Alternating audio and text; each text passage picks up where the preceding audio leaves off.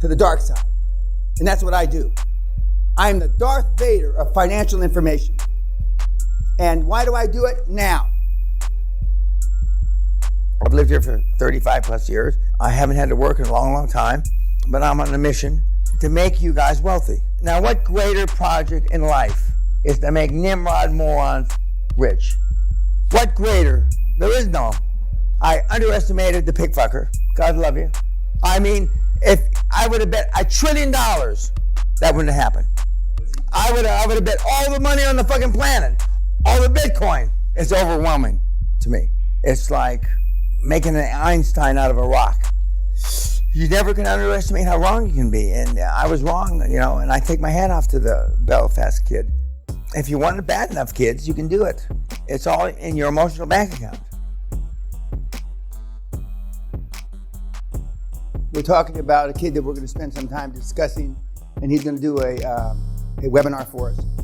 A kid that came to 2 seminars ago that I would have bet my net worth that this kid could make it. They made fun of him in the class. I wasn't the only one making fun of him. They made fun of him because he smelled like a pig fucker, he talked like a pig fucker, he was a goat farmer or some shit. But to me, he's forever a pig fucker. And in 26 days, we had a webinar with him. He told him he was going to crush it. He was leaving for a 2 o'clock appointment that day. That night, I got an email. He had done his first deal. 5.6 million pound healthcare facility. 26 motherfucking days.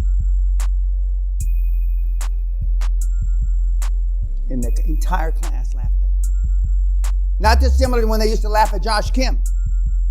When he came here at 17, everybody laughed at him. Who's laughing now?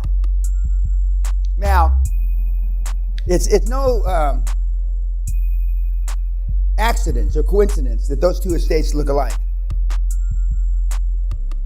In 1983, when I set a goal, we're going to talk quite a bit later in the seminar about goals and affirmations. I set a goal that I wanted to have a castle on an island and be super rich and have governesses and nannies and a moat and tennis courts and all this shit for my kids, the little monsters. They were little then. In fact, the only one of them was born then. And Andrew Carnegie has been my virtual mentor, my virtual hero since then. And on my last birthday, not my last birthday, but penultimate birthday, a year ago, Sally took me for my birthday to Skibo Castle. We spent a few days there. And that's the former estate of Andrew Carnegie. And I already knew this because I knew what it looked like. I almost bought Skibo Castle about 18, 20 years ago. But in my mind, I wanted an estate like Mr. Carnegie. Well, and guess what? In 1985, I moved in here. Now, for the 1 or 2 athletes in the room, you understand goals, you understand affirmations, you understand visualization. They've been doing visualization with athletics for 100 years, probably, maybe longer. It's only become vogue in recent years, maybe the last 10 or 20 years, with other things in athletics. But it is one of the linchpins, one of the benchmarks for this program.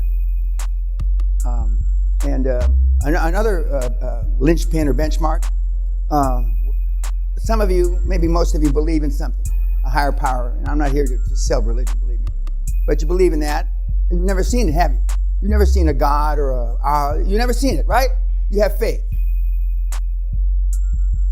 Well, if you don't have faith in this cocksucker, you're going to fucking fail, and you wasted your fucking money. You ought to go home now.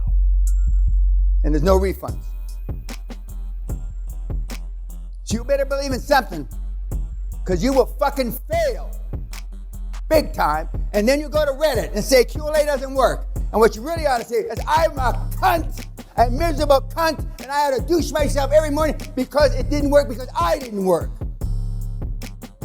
The only time QLA doesn't work is if you sorry cunts don't work. You're going to get beaten up by my poster child right now, Thomas from Canada.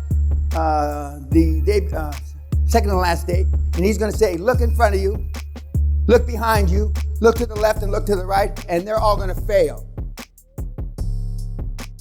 He's giving you the benefit of the doubt that you're not. He's my current poster child. He's just crushing it right now. Because unless you work, I stand corrected. I said before, there's nobody up there with a six-pack. I don't like to eat my words, but last night I asked Marcus, and he says, I don't have a six-pack like I used to, which implies that he maybe still has kind of a six-pack, which I've never seen the ridges in my stomach. I've always had some amount of fat over them. But other than Marcus, there's nobody up there with a six-pack. Running, lifting weights are procrastinations. If you run more than 30 or 40 minutes a day, it's a waste of time. If you lift weights more than 30 or 40 minutes 3 times a week, you're wasting your time. Or I'll put it another way. How's your fucking program worked out so far? Other than Marcus, nobody's program in this room has worked out so far. But you continue to do it, right? But unless you have some faith, this is never going to happen for you.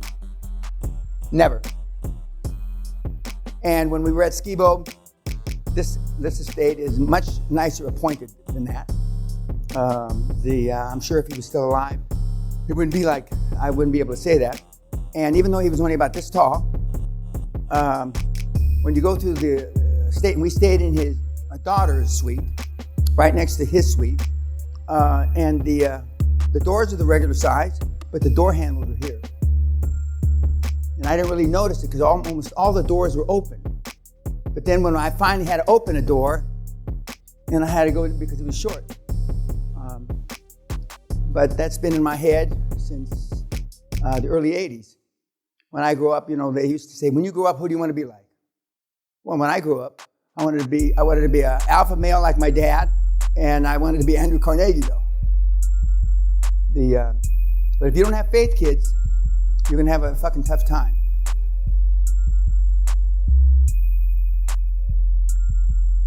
We're just going to leave that up through. I only have to leave it up 60 seconds, and then I've complied with the law. Truth is often best revealed when inhibitions about language are temporarily put aside. QLA therefore presents controversial issues punctuated with expressive, rough, and often distasteful words and remarks. All have a wide basis in literature and or contemporary usage. All are intended to stimulate an uninhibited interchange of ideas. But QLA unequivocally rejects hatred against any person or group, unless I mention them specifically. Nothing said, shown, or implied is intended to be threatening, insulting, or abusive, or to stir up hatred against any person or group. If you feel that robust discussions might incite you to violent actions or hatred against others, you should avoid our websites, seminars, and contents. I will hurt everybody's feelings in this room. I will pick certain people out and hammer them because it is better for the class to know just how big a cunt you are.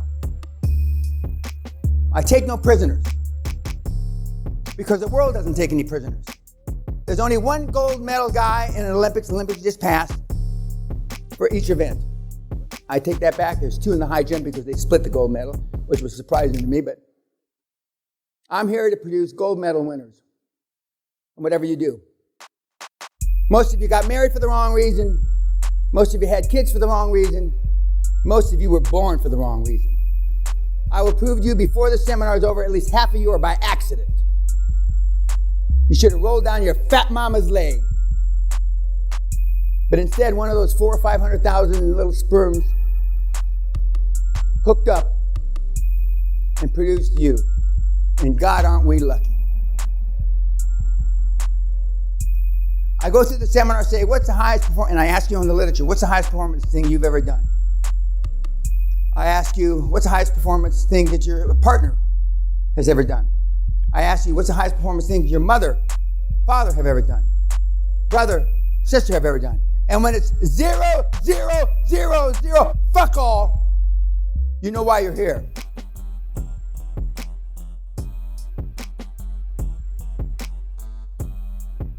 I said it last night, I'm going to say it again. During the seminar, lecture, blah, blah, blah, no cell phones. If you have to use your cell phone, go outside and a break. No cell phones at dinner. One of the things that we differentiated back when we produced most of our billionaires, we took your cell phones away from you and we locked them up for a week. We disconnected all the phones in the castle. But they drank at breakfast, they drank at lunch, and it was sex, drugs, and rock and roll. And I didn't promote it, but there was a lot of bodily fluids transferred. There was a lot of fucking going on. I had a Bloody Mary up here, back in the old, not here, but in the next room. As I said last night, and I've said on YouTube several times, because we were set up this way, even during Corona, although a number of you didn't make it because of the quarantine, etc. I went back and had time to study what worked and what didn't work. There's 3 or 4 seminars in the last 4 or 5 years that have produced 4, 5, 6, 7, 8 superstars. One of which was Josh Kim, August of 2016, I guess. And we went back and looked at the menus. I mean, we looked at everything. What did I do different? Slides. And nothing. I mean, we didn't drug them, but we just produced a lot of fucking big hitters. And so there's nothing in common. The 4 or 5 seminars in the last 5 or 6, 7 years that have produced a lot of people, that produce a lot of wealth, that we can put a pin in to try to make it the same way that it was. But it was just an anomaly that the people came together. But they were all hungry. They were all hungry.